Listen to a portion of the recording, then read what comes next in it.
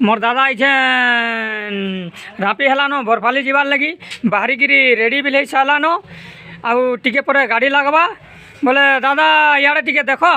हाँ कह। तुम तो बरपाली जीव। हाँ हाँ तुम तो पूरा टेंशन सब बाहरी सारानो भी। हाँ बोले बरपाली तुम मत काଣା काଣା आनदेव।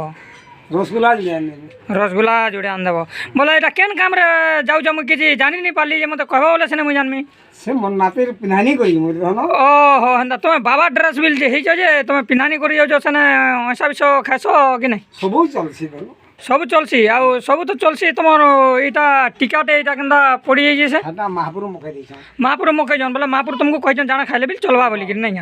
ओहो बोले महापुर जाना खाइले चलवा बोलिक कहन बोले तुम इच्छा बरपाली बाहर न जीवार लगी हेतु ले ना पी होल। हाँ ठीक अच्छे आस चलो बोले गाड़ी लागला न। हाँ लागला देख मोर दादा बरपाली जीवार लगी घर बाहरी आइले न ताकर बुटम फुटम सब लगे देले न इचेन भंटा के आबार लगी रेडी होचन।